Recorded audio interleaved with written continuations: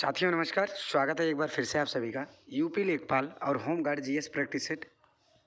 ये 13 नंबर होगा GS practice set 13 में, क्योंकि 1 से लेकर 12 तक हो चुका है। अगर आप लोगों ने नहीं देखा है तो आप लोग जाकर चैनल पर देख सकते हैं। अगर वीडियो पसंद आए तो चैनल को सब्सक्राइब करके वीडियो को लाइक भी कर लीजिएगा। चलिए दोस्तों, क्वेश्चंस को शुरू करते हैं। थोड़ा गला ख़राब है, इसलिए दोस्तों आप लोगों का क्लास नहीं हो पा रहा है, वीडियो डेली अपलोड नहीं हो रहा है। तो दोस्तों जितना भी हो रहा है दोस्तों आप लोग उसको रिवाइज करते रहिएगा, और जितना भी अलग से पढ़ पाइएगा तो आप सभी के सभी रिवाइज करते चलिएगा, क्योंकि दोस्तों आप लोगों का एग्जाम डेट 21 मई से होने वाला है, जो कि दोस्तों यूपी लेखपाल की परीक्षा तिथि है 21 मई 2026। चलिए दोस्तों क्वेश्चन को शुरू करते हैं। पहला क्वेश्चन है दोस्तों 1918 में खेड़ा सत्याग्रह के दौरान किस नेता ने महात्मा गांधी जी का सहयोग किया था। दोस्तों खेड़ा सत्याग्रह कब होता है? खेड़ा सत्याग्रह होता है 1918 ईस्वी में। यह दोस्तों याद रखिएगा, खेड़ा सत्याग्रह कब होता है? 1918 में। जैसे दोस्तों अगर पूछे चंपारण सत्याग्रह, चंपारण सत्याग्रह कब होता है? चंपारण सत्याग्रह तो होता है दोस्तों 1917 ईस्वी में। और चंपारण दोस्तों कहाँ देखने को मिलेगा? तो ये हो जाएगा दोस्तों बिहार राज्य में। याद रखिएगा, चंपारण सत्याग्रह कब होता है? 1917 में। और चंपारण कहाँ है दोस्तों? बिहार में। उसी तरह दोस्तों खेड़ा सत्याग्रह कब होता है? 1918 ईस्वी में। और खेड़ा कहाँ पर स्थित है दोस्तों? खेड़ा एक जगह का नाम है, जिला है। खेड़ा दोस्तों एक जिला है। और ये जिला कहाँ पर पड़ता है दोस्तों? तो ये जिला बात करें तो ये पड़ेगा गुजरात राज्य में पड़ेगा। इसको दोस्तों याद रखिएगा। तो बोला गया 1918 में खेड़ा सत्याग्रह के दौरान किस नेता ने महात्मा गांधी जी का पूर्ण रूप से सहयोग किया था। तो महात्मा गांधी जी के सहयोग की बात करें तो ये हो जाएंगे सरदार वल्लभ भाई पटेल। ऑप्शन नंबर डी इसका सही आंसर हो जाएगा, सरदार वल्लभ भाई पटेल। और ये दोस्तों क्यों हुआ था? तो इस खेड़ा सत्याग्रह इसलिए होता है दोस्तों, फसल बर्बाद होने के कारण जो दोस्तों लगान वसूले जा रहे थे अंग्रेजों के द्वारा, उस लगान को ना देने की अपील की गई इस खेड़ा सत्याग्रह आंदोलन के दौरान। इतने बातें दोस्तों याद रखें, बाकी उसके बारे में पूर्ण रूप से डिटेल में बात करते हैं। आइएगा देखिएगा, बोला गया है खेड़ा सत्याग्रह 1918 ईस्वी में गुजरात के खेड़ा जिले में हुआ, जहां किसानों की फसल बर्बाद होने के कारण लगान की माफ़ की मांग कर रहे थे। महात्मा गांधी जी ने किसानों का नेतृत्व किया था, यह दोस्तों याद रखिएगा, मेन नेता के रूप में थे। इस आंदोलन में सरदार वल्लभ भाई पटेल ने अहम भूमिका निभाई थी। इस आंदोलन की सफलता के बाद वहाँ की महिलाओं ने उन्हें सरदार की उपाधि दिया था। सरदार की उपाधि किसे दिया था दोस्तों? वल्लभ भाई पटेल जी को सरदार की उपाधि किसने दिया था? तो खेड़ा सत्याग्रह के दौरान वहाँ की महिलाओं ने उन्हें दिया था सरदार की उपाधि। किसे दोस्तों? सरदार वल्लभ भाई पटेल को। बाकी दोस्तों याद रखें 1918 में एक और होता है। 1918 में अहमदाबाद मिल मजदूरों के दौरान गांधी जी ने पहली बार भूख हड़ताल को एक शांतिपूर्ण हथियार के रूप में प्रयोग किया। यह दोस्तों बहुत इंपॉर्टेंट है, पहली बार भूख हड़ताल को शांतिपूर्ण रूप से हथियार के रूप में कहाँ प्रयोग किया गया? तो 1918 ईस्वी में अहमदाबाद मिल मजदूर संघर्ष के दौरान, याद रखिएगा। बाकी दोस्तों चंपारण की बात हमने किया है, तो चंपारण सत्याग्रह आंदोलन 1917 में होता है। यह दोस्तों बिहार राज्य में चंपारण में गांधी जी का पहला सत्याग्रह था। यह भी दोस्तों बहुत इंपॉर्टेंट है। गांधी जी का पहला सत्याग्रह कौन सा था? तो दोस्तों चंपारण सत्याग्रह। यह कहाँ पर होता है दोस्तों? बिहार राज्य में होता है, 1917 ईस्वी में होता है। इसके लिए दोस्तों बिहार के एक किसान राजकुमार शुक्ल ने उन्हें बिहार आमंत्रित किया। यह दोस्तों क्वेश्चन पूछा गया है। यह पूरा का पूरा क्वेश्चन जो शुरू से था 1918 में खेड़ा सत्याग्रह आंदोलन में अहम भूमिका किसने निभाई थी गांधी जी के साथ, यह क्वेश्चन एनटीपीसी में 2025 में पूछा गया क्वेश्चन है। तो इसी से रिलेटेड क्वेश्चन ये सभी है दोस्तों। तो ये क्वेश्चन पूछ सकता है कि चंपारण सत्याग्रह आंदोलन में गांधी जी को किसने इन्वाइट किया था? तो याद रखिएगा, राजकुमार शुक्ल ने इन्वाइट किया था। बाकी असहयोग आंदोलन होता है दोस्तों 1920 ईस्वी में। यह दोस्तों गांधी जी द्वारा शुरू किया गया एक राष्ट्रव्यापी आंदोलन था। यह समाप्त कब होता है दोस्तों? 1922 ईस्वी में। यह समाप्त होता है 1922 ईस्वी में, इसको भी याद रखिएगा। चलिएगा दोस्तों आगे बढ़िएगा, इतना दोस्तों फैक्ट आप लोग नोट कर लीजिएगा। आगे बढ़ते हैं अगले क्वेश्चन पर। अगला क्वेश्चन है दोस्तों, भारत भूटान सीमा मुख्य रूप से निम्न में से किसके द्वारा परिभाषित किया जाता है?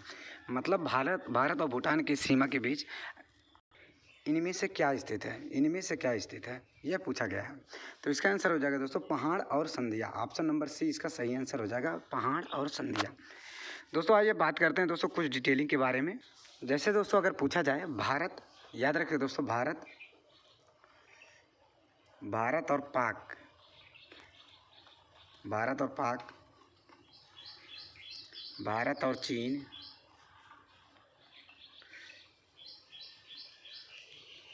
भारत और अफ़गानिस्तान, भारत और अफ़गानिस्तान, इन तीनों के बीच में कौन कौन सी सीमा रेखा स्थित है? ये हो गया दोस्तों भारत और भूटान के बीच, तो हो जाएगा पहाड़ और संधियाँ हैं। भारत और पाकिस्तान के बीच कौन सी सीमा रेखा स्थित है? तो ये हो जाएगा दोस्तों, याद रखिएगा,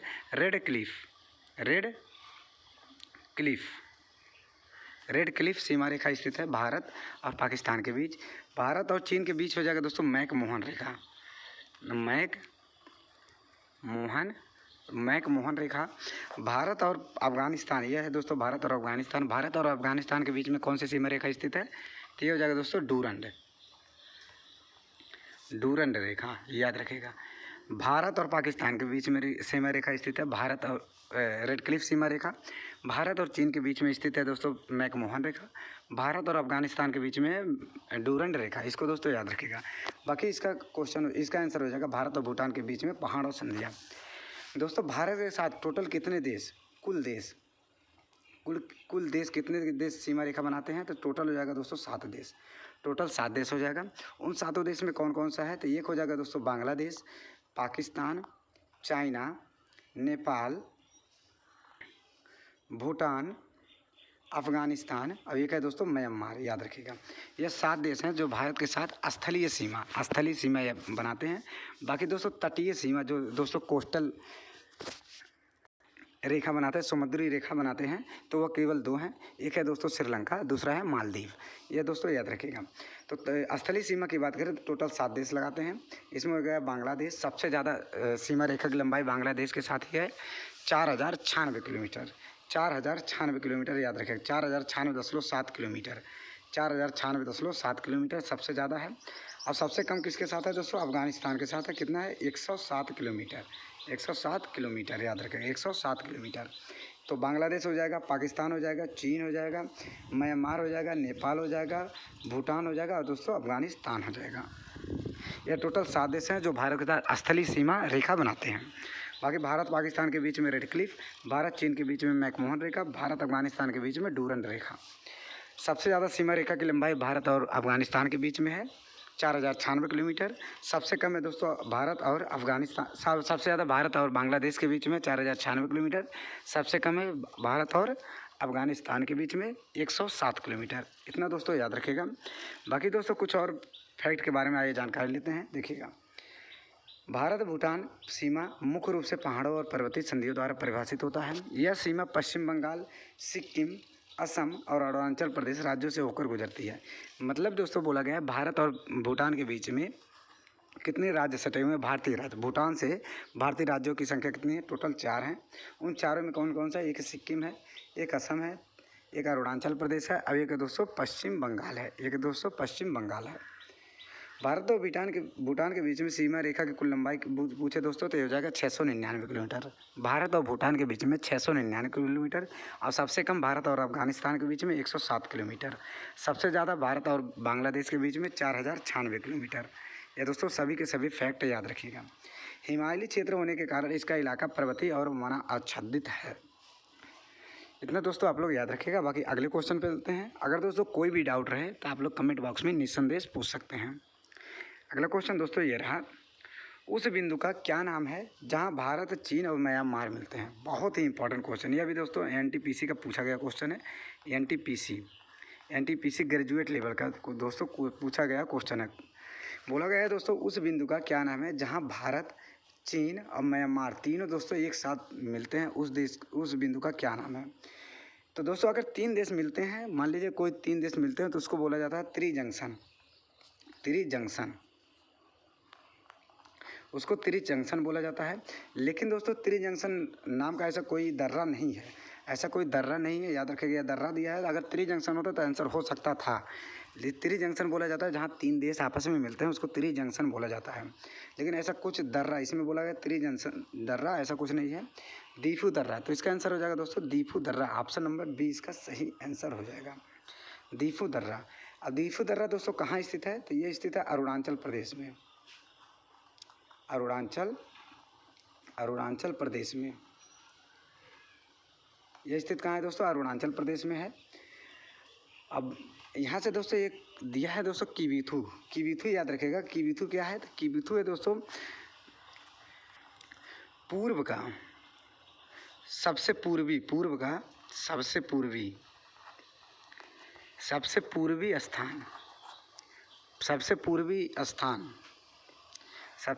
स्थान है दोस्तों। भारत देश का सबसे पूर्वी स्थान कौन सा है? तो कीवीथू याद रखिएगा। यह कहाँ पर है दोस्तों? यह भी अरुणाचल प्रदेश में ही है।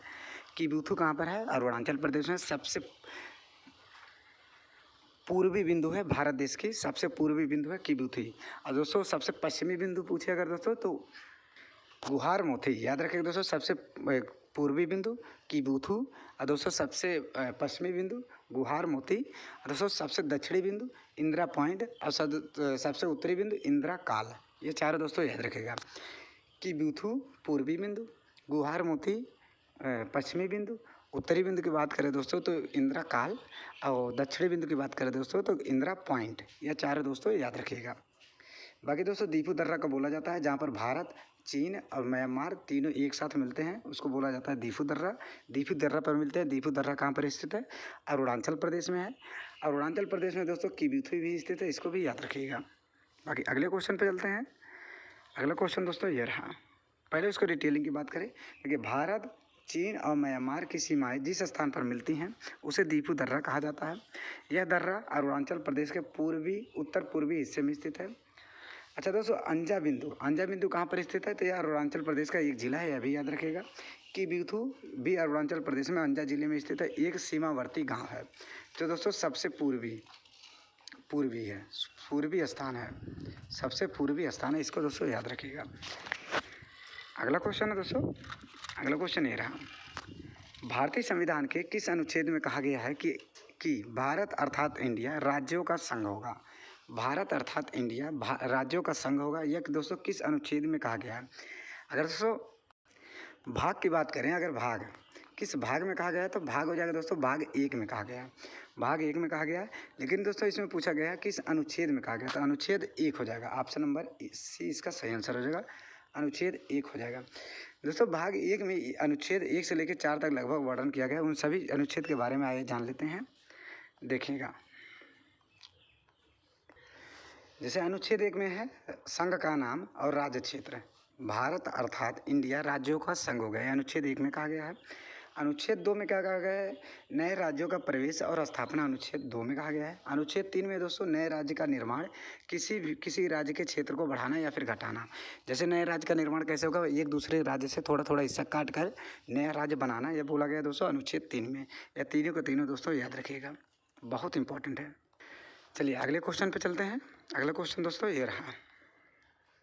चलिए क्वेश्चन है दोस्तों, बोला गया है कनिष्क के शासनकाल के दौरान निम्नलिखित में से कौन सी बौद्ध संगति आयोजित हुई थी? कनिष्क के शासनकाल के दौरान कौन सी बौद्ध संगति आयोजन हुई थी? तो दोस्तों बौद्ध संगति की बात करें तो बौद्ध संगति टोटल कितने हुआ था दोस्तों? टोटल 4 बौद्ध संगति हुआ था। तो बोला गया इसमें कनिष्क के शासनकाल में कौन सी हुई थी? तो ये हो जाएगा दोस्तों चौथी बौद्ध संगति। ऑप्शन नंबर बी इसका सही आंसर हो जाएगा, चौथी बौद्ध संगति। दोस्तों टोटल 4 हुआ था। पहला कहाँ पर हुआ था? पहला कहाँ पर हुआ था दोस्तों? तो पहला हो जाएगा राजगृह में। राजगृह में याद रखेगा, पहला राजगृह में होता है। दूसरा कहाँ पर होता है दोस्तों? दूसरा होता है वैशाली में। ये सभी के सभी दोस्तों आप लोग नोट कर लीजिएगा, बहुत इंपॉर्टेंट है, पूछा जाता है।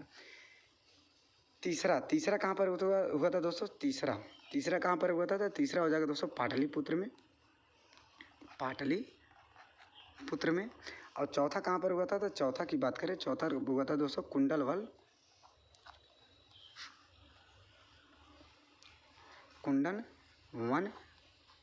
कश्मीर में। याद रखें दोस्तों कुंडलवन कश्मीर में हुआ था चौथी बौद्ध संगति।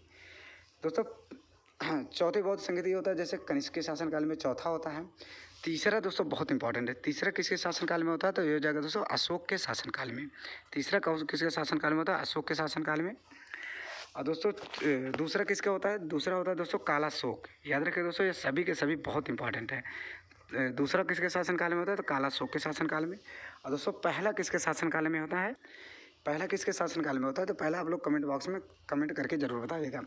तो दूसरा होता है दोस्तों काला अशोक के शासनकाल में, वैशाली में। तीसरा होता है दोस्तों अशोक के शासनकाल में, पाटलिपुत्र में।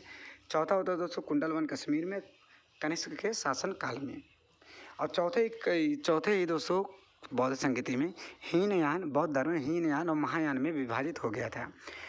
चौथे बौद्ध संगीति में, जो कि कनिष्क के शासनकाल में कुंडलवन कश्मीर में होता है, इसमें दोस्तों बौद्ध धर्म 2 संप्रदाय में विभाजित हुआ था। वह दोनों कौन थे? हीनयान और दोस्तों महायान। तो इस आगे बढ़ते हैं दोस्तों, इसके कुछ और डिटेलिंग के बारे में देखिएगा। बोला गया कनिष्क के शासनकाल के दौरान कश्मीर के कुंडलवन नामक स्थान पर बौद्ध धर्म की चतुर्थ संगीति का आयोजन किया गया था। इसकी अध्यक्षता प्रसिद्ध बौद्ध विद्वान वासुमित्र ने किया था। इसकी अध्यक्षता हुआ था दोस्तों वासुमित्र के दौरान। लेकिन दोस्तों शासनकाल की बात करें तो दोस्तों कनिष्क के शासनकाल में हुआ था। तथा दोस्तों इसके उपाध्यक्ष कौन थे? तो इसके उपाध्यक्ष हो जाएंगे अश्वघोष। इसके उपाध्यक्ष अश्वघोष हो जाएंगे। इस संगति के दौरान बौद्ध धर्म त्रिपिटकों में प्रमाणिक पाठ तैयार हुए, जो दोस्तों जिसे दोस्तों हीनयान और महायान बोला जाता है। हीनयान और महायान 2 संप्रदायों में दोस्तों यह विभाजित हो गया था। हीनयान और महायान 2 संप्रदायों में विभाजित हुआ था चौथी बौद्ध संगति के दौरान। यह दोस्तों याद रखिएगा। अगले क्वेश्चन पे चलते हैं। अगला क्वेश्चन दोस्तों ये रहा, निम्नलिखित में से कृष्णा नदी की सहायक नदी कौन सी है? निम्नलिखित में से कृष्णा नदी की सहायक नदी कौन सी है? दोस्तों कृष्णा नदी पर एक दोस्तों बहुत फेमस बात है, नागा अर्जुन बांध। नागा अर्जुन बांध याद रखिएगा दोस्तों। नागा अर्जुन बांध। नागा अर्जुन बांध कहाँ पर स्थित है? तो दोस्तों ये कृष्णा नदी पर स्थित है। दोस्तों याद रखिएगा, नागा अर्जुन बांध कृष्णा नदी पर स्थित है, इसको याद रखिएगा। बोला गया निम्नलिखित में से कौन सी कृष्णा नदी की सहायक नदी है? सहायक नदी कौन सी है? कृष्णा नदी की सहायक नदी कौन सी है? तो ये हो जाएगा दोस्तों घाट प्रभा। ऑप्शन नंबर बी इसका सही आंसर हो जाएगा दोस्तों, घाट प्रभा। घाट प्रभा इसका सही आंसर हो जाएगा। आइए दोस्तों कुछ नदियों के बारे में जान लेते हैं। नदियों के बारे में, जो उनके प्रमुख सहायक नदियों के बारे में भी जान लेते हैं, जो दोस्तों एग्जाम पॉइंट ऑफ व्यू से इंपॉर्टेंट होने वाले हैं। चलिएगा, महत्वपूर्ण सहायक नदियाँ, जैसे यमुना की बात करें दोस्तों, यमुना नदी के सहायक नदियाँ कौन कौन सी हैं? तो चंबल याद रखिएगा, सिंध, केन, बेतवा, हिंडन और दोस्तों टास। ये सभी के सभी दोस्तों इंपॉर्टेंट है, इन सभी को नोट कर लीजिएगा, बार बार क्वेश्चन पूछे जाते हैं। चंबल, सिंध, केन, बेतवा, हिंडन और टास, ये हैं दोस्तों यमुना नदी के सहायक नदी। कृष्णा नदी की बात करें दोस्तों, कृष्णा भी बहुत इंपॉर्टेंट है। घाट प्रभा, तुंगभद्रा, कोयना और माल प्रभा, ये चारों दोस्तों याद रखिएगा कृष्णा नदी की सहायक नदियों के बारे में। जैसे घाट प्रभा, तुंगभद्रा, कोयना, माल प्रभा, यह चारों याद रखिएगा। बाकी कावेरी नदी का हेमावती, भवानी, काबिनी और अक्रावती, ये दोस्तों कावेरी के ये चारों याद रखिएगा। नर्मदा के ये 3 याद रखिएगा। बाकी दामोदर का भी दोस्तों कुछ याद रख लीजिएगा, जैसे खड़िया, जमुनिया, बोकारो और दोस्तों कोनार, ये सभी के सभी इंपॉर्टेंट है दामोदर की सहायक नदियाँ। इन सभी को दोस्तों आप लोग नोट कर लीजिएगा, बहुत इंपॉर्टेंट है। तो दोस्तों बस आज के लिए इतना ही। उम्मीद करता हूँ दोस्तों वीडियो पसंद आया दोस्तों, चैनल को सब्सक्राइब करके वीडियो को लाइक ज़रूर कर लीजिएगा। मिलते हैं दोस्तों एक नए वीडियो के साथ, तब तक के लिए धन्यवाद।